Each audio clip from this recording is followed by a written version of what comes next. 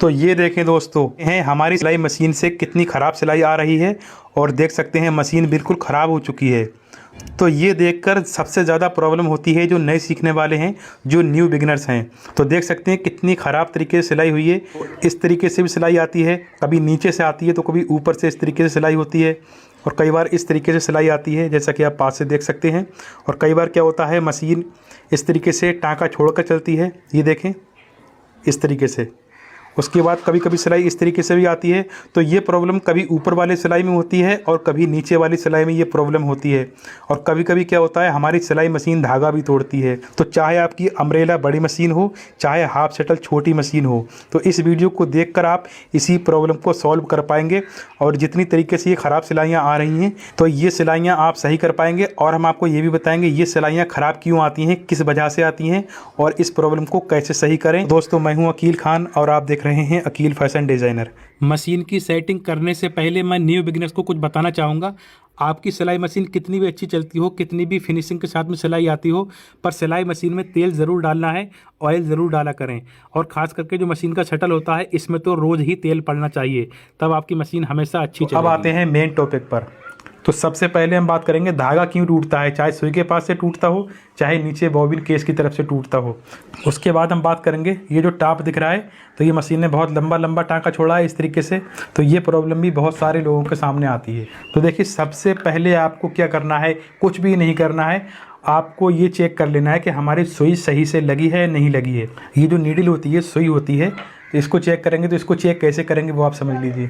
तो इस गज में ये एक पेच लगा होता है, तो इसमें एक खांचा बना होता है। तो यहाँ से हम इस तरीके से खोलेंगे, ये देखें इस तरीके से।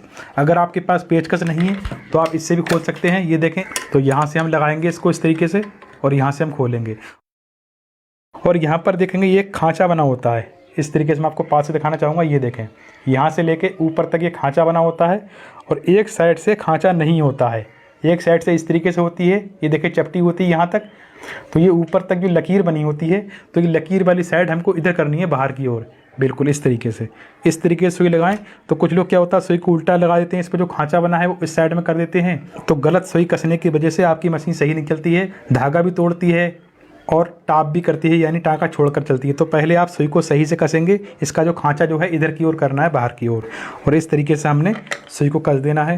तो देखिए, अगर आपकी मशीन धागा तोड़ रही है या टाप कर रही है या टाँका छोड़कर चल रही है, तो उसके लिए पहले आपको क्या करना होगा, आप सुई को थोड़ा सा नीचे करेंगे। इसी जैसे मैंने अभी खोला था, यहाँ से इस तरीके से थोड़ा सा ढीला करेंगे और सुई को करीब आधा सूत नीचे को कर देंगे। अगर टाँका छोड़कर चल रही है या टाप कर रही है तो आप थोड़ा सा सुई को नीचे कर देंगे। उसके बाद चेक करेंगे, और अगर फिर भी सही नहीं चल रही है तो फिर आप क्या करें, सुई का नंबर चेंज कर दें। जिस नंबर की सुई चल रही है उस सुई को हटाएं, दूसरे नंबर की सुई लगा कर देख लें, या सेम उसी नंबर की भी लगा कर देख सकते हैं। अगर फिर भी सही नहीं चल रही है तो आप इसकी बॉबिन केस को चेंज कर दें।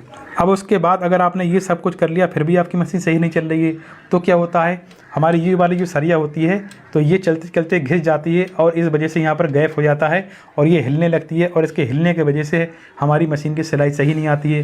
तो इसको फिर मैकेनिक के पास जाकर चेंज करवाना पड़ता है। अगर आप कमेंट्स करेंगे तो इस पर भी मैं वीडियो बना दूंगा, घर पर नई सरिया कैसे डालें। उसके बाद एक प्रॉब्लम ये भी होती है, ये जो नीचे शटल होता है इसके, जिस पर हम बॉबिन केस लगाते हैं, वो पुराना होने की वजह से भी कई बार हमारी मशीन सही नहीं चलती है। और कई बार ये वजह भी होती है, जो शटल की टाइमिंग होती है वो शटल कई बार घूम जाता है, इस वजह से हमारी मशीन सही नहीं चलती है। तो ये कई कारण होते हैं।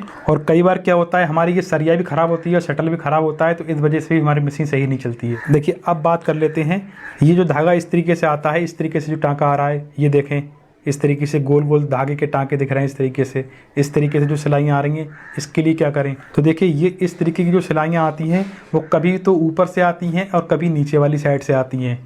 अगर ऊपर से इस तरीके की सिलाइयाँ दिख रही हैं तो आप बॉबिन केस को निकालेंगे एक बार, तो उस पर होता क्या है, कई बार हमारी बॉबिन केस का धागा बहुत ज़्यादा ढीला हो जाता है, लूज़ हो जाता है, तो इस वजह से हमारी सिलाइयाँ इस तरीके से आती हैं।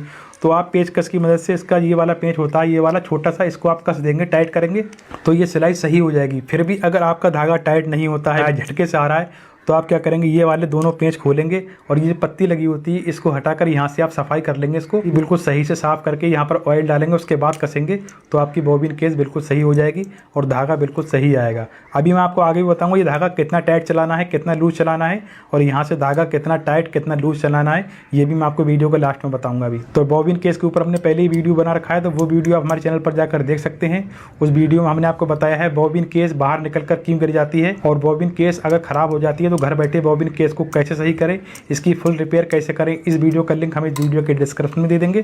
तो ये तो हमने आपको बता दिया। अगर ऊपर से टाँका सही नहीं आ रहा है तो आप इस तरीके से बॉबिन केस का धागा टाइट करेंगे। कई बार ये प्रॉब्लम इस तरीके से आती है, जब हम सिलाई इस तरीके से लगाते हैं और ये प्रॉब्लम नीचे हो जाती है तो क्या करें। तो क्या होता है, तो ऊपर का धागा कई बार ढीला होता है, इस वजह से ये सिलाई इस तरीके से आती है। तो आप ऊपर का धागा बिल्कुल टाइट करेंगे इस तरीके से, और अगर फिर भी आपका धागा टाइट नहीं हो रहा है तो क्या करेंगे, आप इस तरीके से थोड़ा लूज़ करेंगे, ढीला करेंगे इस तरीके से। और जहाँ पर बीच में जो धागा फंस कर चलता है ना, यहाँ पर ये देखें ये कढ़ाई जैसी है बीच में, इसको आप इस तरीके से पकड़ेंगे और यहाँ पर आप फूंक मारेंगे। और आप चाहें तो पूरा भी इसको खोल सकते हैं, सारे पार्ट्स खोल सकते हैं। इस पर भी हमने वीडियो बनाया है। टेंशन को किस तरीके से घर बैठे सही करें, नया तार कैसे डालें, पुराने तार को कैसे सही करें, इस पर भी हमने फुल वीडियो बनाया है। तो वो वीडियो आप हमारे चैनल पर जाकर देख सकते हैं। तो इस तरीके से आपकी सफाई करेंगे, क्योंकि कई बार क्या होता है इस पर धागा वगैरह फंस जाता है इसके अंदर, तो इस वजह से धागा हम टाइट करते रहते हैं, फिर भी धागा लूज़ रहता है यहाँ से और टाइट नहीं हो पाता है। तो इसकी सफाई करें और धागे को टाइट कर दें। तो अब अगर आपकी सिलाई नीचे से सही नहीं आ रही है तो इस तरीके से टाइट करने में आपकी सिलाई नीचे से भी सही आने लगेगी।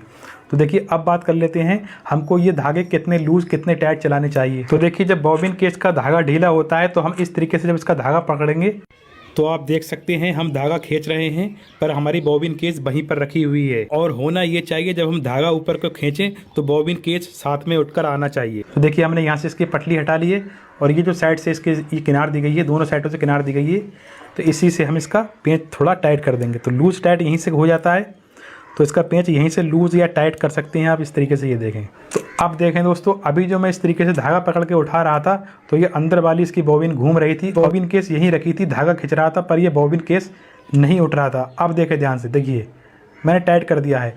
तो ये मैं आपको अंदाज़ा दे रहा हूँ, आपको धागा इतना टाइट करना है कि आपकी बॉबिन केस उठ जाए, ठीक है।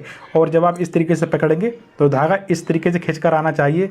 आपको ये लगे कि धागा ज़्यादा टाइट भी नहीं है और धागा ज़्यादा लूज़ भी नहीं है, और आपको ध्यान रखना है धागा झटके के साथ तो नहीं आ रहा है। तो अब बात करते हैं यहाँ से जो धागा चलता है तो इसका कैसे पता लगाएं कि ये वाला धागा हमको कितना टाइट या कितना लूज चलाना है। जितना टाइट बॉबिन केस में धागा चल रहा है आपको अंदाज़ा ले लेना है, उसी तरीके से आप ये वाला धागा पकड़ कर देखेंगे तो जितना टाइट इस बॉबिन केस में धागा निकल रहा है उतना ही टाइट यहाँ से आना चाहिए। यहाँ भी आपको देख लेना है झटके से तो नहीं आ रहा है धागा। अगर झटके से आ रहा है तो आप थोड़ा सा इसको इस तरीके से लूज़ कर सकते हैं, और फिर भी अगर आ रहा है तो आप यहाँ पर एक बार ऑयल डाल देंगे बीच में, ठीक है। तो कुल मिला के धागा इतना टाइट होना चाहिए कि आपको ये लगना चाहिए कि धागा टाइट भी नहीं आ रहा है और लूज़ भी नहीं आ रहा है।